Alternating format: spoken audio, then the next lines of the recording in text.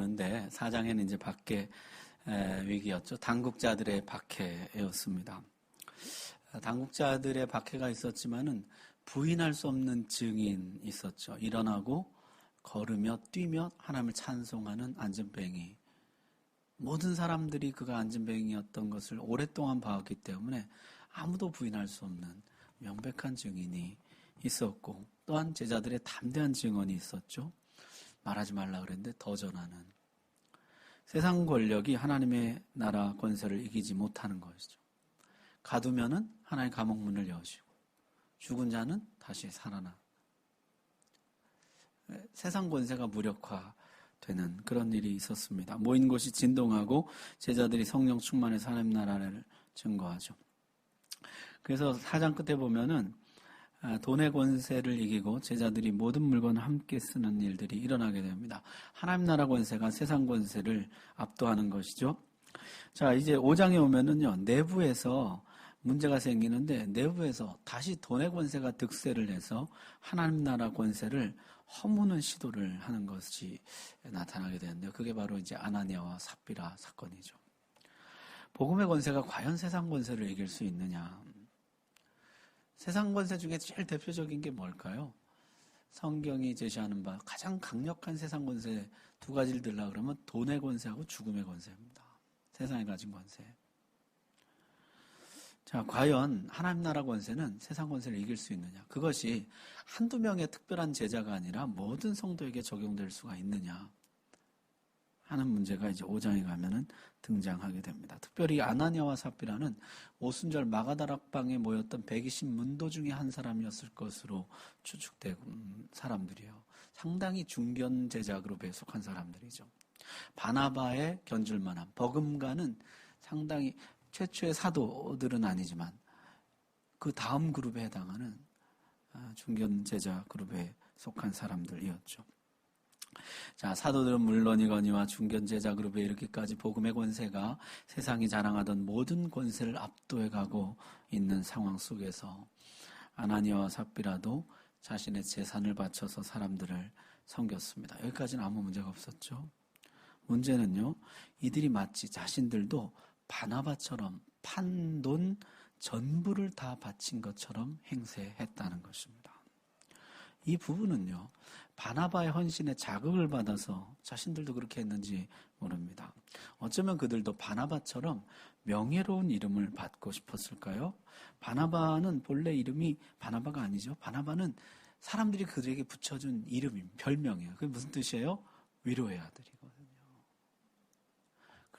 그런 명예를 얻고 싶었을까요? 아니면은 좀 더 핵심 제자 그룹으로 진입하기 위해서였을까요? 어떤 동기에서인지 모르지만은 그들은 거짓되고 위선된 경건을 가장했습니다. 당시 교회 지도자였던 베드로에게 그들의 거짓이 포착되었죠. 베드로는요, 단도직입적으로 물었습니다. 어찌하여 사탄이 내 마음에 가득하여 네가 성령을 속였느냐? 어느 누구도 아나니아에게 땅을 팔라고 강요하지 않았고, 또 판값 일부는 드리고 일부는 자기 필요를 위해 사용했더라도 누구도 비난하지 않았을 것입니다. 당시에 다른 어떤 제자도 이 문제로 비난받은 제자는 없습니다. 드렸건 안 드렸건, 혹 드리더라도 자기가 드릴 수 있는 조금을 드렸건 많이 드렸건, 이것은 그냥 각자가 하는 것이죠. 지금 문제는 뭡니까? 거짓을 행하면서 교회에 거짓의 누룩이 들어오고 위선의 누룩이 들어오고 경건을 가장한 사탄의 속임수 들어올 문을 열었다는 것이죠. 왜 거짓말을 했느냐 물었습니다. 사도는요, 이 거짓은 사람을 향한 것이 아니라 하나님을 향한 것이라 책망합니다. 너는 하나님을 속이는 것이라. 이 거짓은요, 지금 하나님 나라 권세가 오순절 성령 강림으로부터 파죽지세로 세상을 막 정복해가고 거기에 세상 권세가 무너지고 그러고 있는 시점에서요, 찬물을 끼얹고 이 사역을 주도해 가시는 성령님을 모독하는 것이죠. 이 사건은 아나니아가 베드로에게 도전한 사건이 아니라 사탄이 주 예수 그리스도의 왕권에 도전한 사건입니다. 사탄이 주님을 향해서 결코 너는 나를 이기지 못한다. 결코 너의 권세는 나의 권세를 이기지 못한다. 도발하는 것입니다. 사람들을 보라고. 너의 권세는 결코 나의 권세를 이기지 못한다. 마귀가 주님을 향해 도전하고 도발하는 것이죠.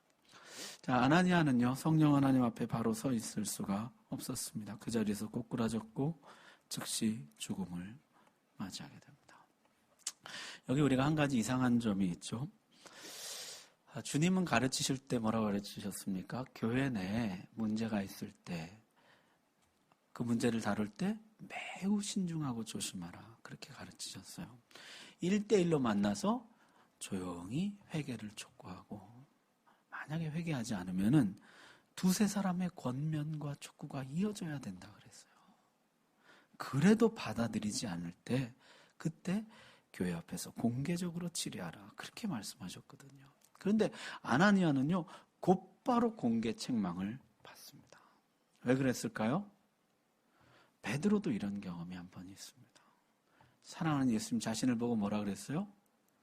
사탄아 내 뒤로 물러가라 그러셨던 적이 있거든요. 사탄은 회개하지 않는 존재입니다. 여러분, 거라산 지방에 귀신 들린 사람 한번 생각해 보십시오. 그 속에 들어있던 군대 귀신은요, 회개하기보다는 돼지떼 2,000마리 속에 들어가서 죽어버립니다. 사탄은요, 죽음으로 저항했으면 했지 결코 회개하지 않습니다. 가룟 유다의 마음속에 사탄이 들어가자 예수님이 아무리 기회를 주어도 그는 끝내 마음을 돌이키지 않고 자살하고 말죠. 그는 회개하고 그 남은 인생 참여하는 제자로 하나님 앞에 살아가는 길을 택하는 대신에 끝까지 저항하는 길을 택합니다. 아나니아도 끝까지 저항하고 거짓으로 자신을 방어합니다. 사탄에게 사로잡혔을 때 성도를 돌이키기 위한 조용한 권면은 적용되지 않습니다. 오히려 그때는요, 무섭고 엄중한 책망으로 그를 건져내는 것이 훨씬 더 절실하기 때문입니다. 지금 아나니아의 상태는 어떻습니까? 여러분 3절 한번 보십시오. 베드로가 이르되 아나니아여 어찌하여 사탄이 내 마음에 가득하여 내가 성령을 속이고, 사탄에게 완전히 사로잡혀서 지금 성령을 속이려 들고 주님의 권세를 허물려고 하고 있습니다. 무서운 책망을 하시는 것이죠. 여러분, 초대교회는 어떤 교회입니까? 지금 오순절 성령 강림이 있은 다음에 역사상 가장 성령 충만한 교회입니다. 날마다 기적이 나타나고요. 제자들이 직접 지도하는, 12사도가 직접 지도하는 거룩하고 영광스러운 교회였습니다. 그럼에도 불구하고 사탄의 도전이 안팎으로 끊이질 않아요.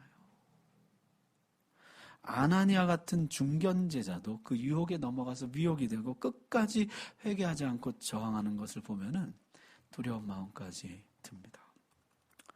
우리처럼 미약한 교회는 어떨까요? 우리가 얼마나 기도하고 깨어 있어야 저런 시험을 이겨낼 수가 있을까요? 여러분, 우리 교회에 아나니아가 오면은 우리는 그를 은인으로 생각할지 모릅니다. 우리는 기도 응답으로 받아들일지 몰라요. 위대한 신앙인이요, 대단한 신자로 여길지 모릅니다. 만약 그렇게 된다면 교회는 마귀의 놀이터가 될 것입니다. 돈의 권세, 사탄의 권세가 마음 놓고 교회를 휘젓고 다니는, 마귀의 공격에 철저하게 무력하게 넘어지는 교회가 되고 말 것입니다. 두려운 일입니다. 돈의 권세, 힘의 권세, 학식의 권세, 외모의 권세, 인맥의 권세, 세상이 자랑하는 권세들, 그 어떤 권세도 하나님 나라 권세보다 앞서지 못하게 해야 합니다. 그것이 교회의 순수성을 지키는 것이에요. 사탄은 인간의 마음속에 거짓과 탐욕, 위선을 틈타고 그 위에 자기의 진지를 구축합니다. 우리가 대적하지 않으면요, 과감하게 쳐들어와서 우리를 점령해버립니다. 아나니아와 삽비라처럼 우리도 얼마든지 실제 나보다 더 의롭고 희생적이고 헌신된 사람으로 보이려고 하는 욕망이 우리 속에 많이 있는지 몰라요. 나에게 이런 인위적인 위선, 포장된 경건, 거짓된 경건이 있지 않은지, 그것을 사모하는 마음이 내 안에 있지 않은지 늘 점검하고 확인해야 합니다.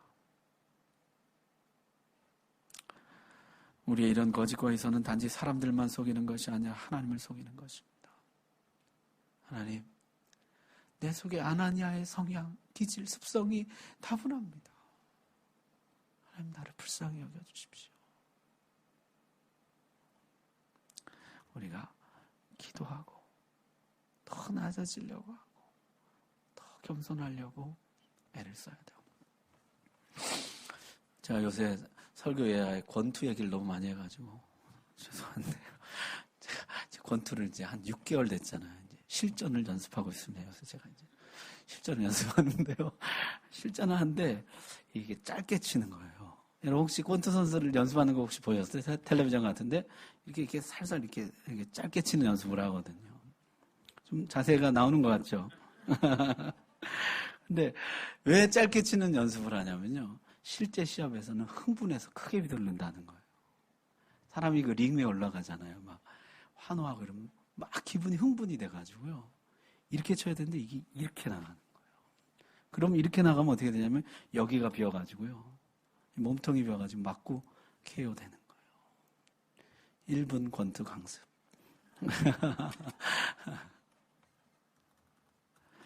그래서 제가 짧게 치는 되게 잘 안 돼요. 사람이 이게 치다 보면요. 샌드백을 치는데도 이게 세게 치고 싶은 마음. 자꾸 이게 막 세게 돌려요. 여기가 자꾸 비는 거죠. 짧게 치는 연습을 해야 돼요. 여러분, 우리가 실제 현장에서 붙으면요. 훨씬 더 흥분하고 더 위선적이 되고 더 과장합니다. 내가요. 막 기도할 때는 주여 겸손하게 해주십시오 그러잖아요. 근데 여러분보다 조금만 잘난 사람 만나봐요. 기 안 죽으려고 더 크게 치고 막 크게 휘두르고 과장하고 오버하고 나도 모르게 그렇게 돼요. 저보다 잘난 목사님들 만나면요. 그게 막 과장을 하고 막 위선을 하고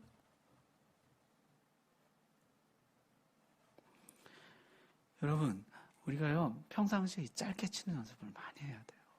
주님, 내가 참 부족한 사람인 것을 늘 잊지 않게 내가 누굴 만나도 내가 그 밑에 들어갈 수 있도록 누굴 만나도 위선하지 않고 과장하지 않고 거짓으로 막 이렇게 부풀려서 막 말하지 않고 그저 있는 모습 그대로 나 참 하나님 앞에 너무나 부족한 죄인입니다.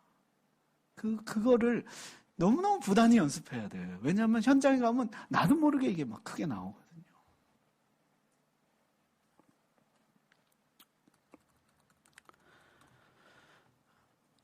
아나니아는요. 베드로의 책망을 듣고 통에 자복하기보다는 끝까지 거짓말로 맞서고 저항합니다. 그럼 마침내 강력하게 임하는 하나님 나라의 권세 앞에서 꼬꾸라지고 말았죠. 이 사건은요. 초대교회 예루살렘 교회 모든 성도들을 다시 한번 일깨웁니다. 하나님은 결코 만홀히 여김을 받지 않으신다.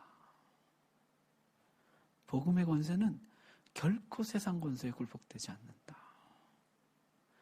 이 이야기를 들은 모든 사람들 안에요. 경건한 두려움이 막 일어나기 시작했어요.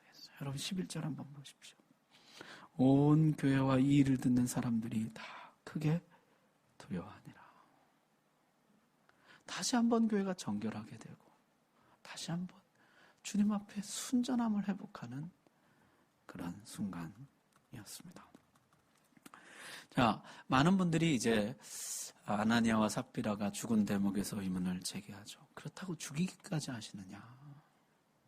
하나님 왜 이렇게 무서우시냐? 왜 이렇게 엄하시냐? 이래서야 어디 겁나서 하나님 섬기겠느냐. 여러분, 시내산 이야기로 한번 가봅시다. 시내산에서요, 하나님이 모세 너는 올라오고 백성들은 함부로 올라오지 못하게 하라. 그러면서 이런 말씀을 하시죠. 여호와께서 모세에게 이르시되 내려가서 백성을 신칙하라. 백성이 돌파하고 나 여호와께로 와서 보려고 하다가 많이 죽을까 하노라. 또 여호와께 가까이 하는 제사장들로 그 몸을 성결하게 하라. 나 여호와가 그들을 돌격할까 하노라.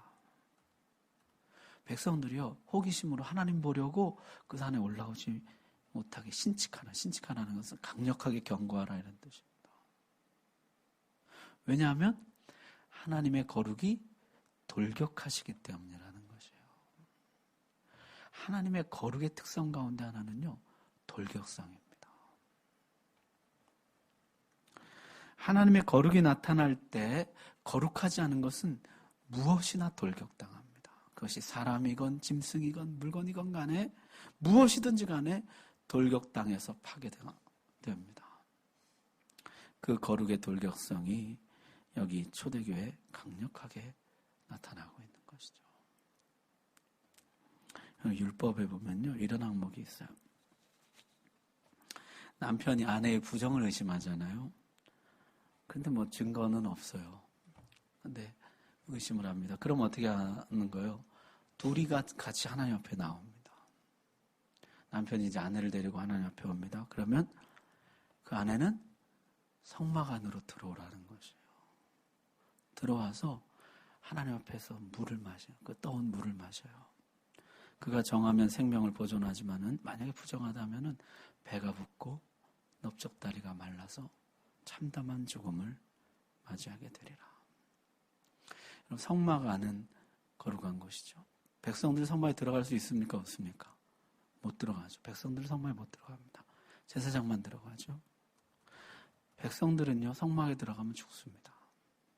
제사장도 어떻습니까? 제사장, 대제사장도 속죄제를 행해서 자신의 죄를 속하고 들어가지 않으면 죽습니다. 거룩이 돌격하거든요. 거룩엔 돌격성이 있어요. 여러분, 대제사장 옷에 보면 어떤 게 있습니까? 옷이 빙 둘러가면서 방울 하나 성류 하나 방울 하나 성류 하나 이렇게 빙 둘러가면서 있죠. 걸을 때마다 소리가 납니다. 소리가 멈추면 죽은 것입니다. 그러면 대제사장 허리에 있는 끈이 이렇게 밖으로 늘어져 있거든요. 아무도 못 들어가니까 그걸로 잡아 끌어내는 것이에요. 거룩에는요, 돌격성이 있어요. 죄 지은 자는 거룩 앞에 돌격당합니다. 근데 하나님이 부르시는 것이죠. 너 들어오라. 만약 부정을 했다면 어떨까요? 못 들어갑니다. 그냥 들어가도 죽는데, 거룩이 돌격하는데요. 죄 짓고 내가 감추고 있는데 하나님 너 들어와라. 그러시면요, 그 자리에서 털썩 주저앉습니다. 무릎에 힘이 빠지고 간담이 녹고 온몸이 부들부들 떨리는 것이죠. 지금 그 거룩의 돌격성이 초대교회에 나타나고 있는 것입니다. 여러분 같으면 어떠시겠어요? 하나님이 여러분의 이름을 지명하시면서 최수림, 너 들어와라. 그럼 여러분 어떠시겠어요? 들어가시겠어요?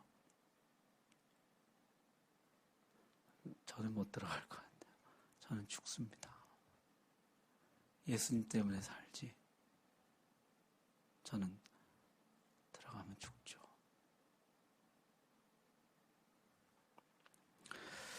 거룩에는 돌격성이 있습니다. 하나님은 돌격하시는 하나님이에요. 오늘 설교 제목을요, 제가 돌격하시는 하나님 그럴까 하다가 여러분들이 너무 놀라실까봐 어둠을 뚫고 그냥 그렇게 조금 부드럽게 했어요. 빛이 오면 어둠은 어떻습니까? 깨져버려요. 영광이 오면 누추함은 사라지는 것입니다. 여러분, 거룩을 무슨 새색시같이 생각하면 안 돼요. 거룩이 막 수줍어가지고 나는 거룩인데 뭐 너는 어둠이니 나 건드리지 마. 나도 너 안 건드릴게. 그런 굉장히 이렇게 생각하는 분들이 있어요. 아니요. 거룩은 어떻습니까? 돌격합니다.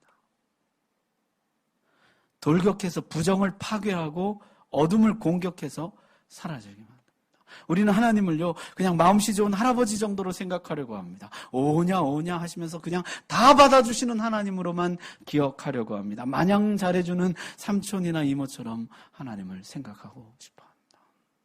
무서운 회초리를 들고서 자녀들에게 있는 악한 행동과 습성을 바로잡으려는 아버지 어머니로는 생각하고 싶어 하지 않는 것이죠. 그러나 여러분, 성경을 보십시오. 다니엘같이 경건한 사람도 하나님 앞에 서니까 어떻습니까? 엎드러져 몸에 힘이 빠지고 호흡이 멈췄다는 거예요. 사랑의 사도 요한은 어떻습니까? 밤모섬에서 주님을 보고 그 앞에 엎드려져 죽은 자같이 되었더라. 그 거룩 앞에서 우리는 죽는 경험을 하는 것입니다.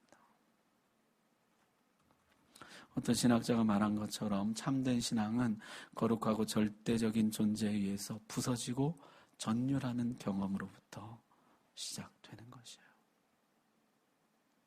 신앙이란 돌파하는 거룩한 하나님이 내 속에 있는 모든 부정과 더러운 것들을 파괴해 주시도록 성령의 공격에 나를 열어드리는 것입니다.